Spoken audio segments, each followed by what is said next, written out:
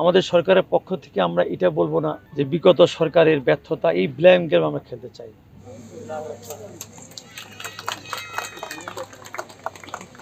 আমাদের message clear. আমরা বেশি এমআর ভ্যাকসিন এবং ভিটামিন এ সহ আমাদের এইখানে আমাদের জেলা পর্যায়ে, উপজেলা পর্যায়ে আমরা আমাদের এই কার্যকারিতা এবং আমাদের শিশুদের মাঝে যেন আমরা বিশেষ করে স্বাস্থ্যের যে আমাদের চিকিৎসাগুলো আছে সেগুলো যেন আমরা ব্যাপকভাবে সুনিশ্চিত করতে পারি। এবং এর পাশাপাশি আমরা যদি এই ভ্যাকসিনটাকে নিয়মিতভাবে গ্যাপ না দেই, ফাঁক না রাখি, তাহলে আমার বিশ্বাস এখনো সেইভাবে কিন্তু ছড়িয়ে না গেলেও আমাদের বাংলাদেশে প্রায় 56টি জেলায় এর প্রাদুর্ভাব আমরা লক্ষ্য করছি। সেই জন্যই আমাদের সরকারের পক্ষ থেকে আমরা এই পদক্ষেপ নিচ্ছি। আমি শুধু বলবো, বিশেষ করে এখানে অনেক অভিভাবক আছেন আমাদের মিডিয়ার মাধ্যমে, আপনারা গুজবে কান দিবেন না।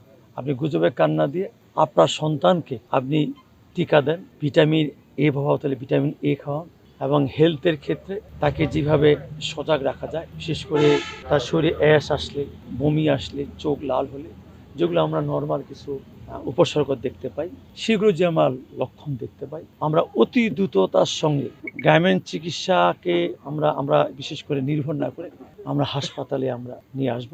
আমাদের এই পঞ্চগড়ে হাসপাতালে প্রায় 1,30,527টি আমাদের ভ্যাকসিন টিকা আমরা দিব, এবং আরও প্রয়োজন হলে আমরা সেগুলো দিতে আমরা প্রস্তুত আছি। কাজেই আমি আশা করব আপনারা সবাই সচেতন হবেন।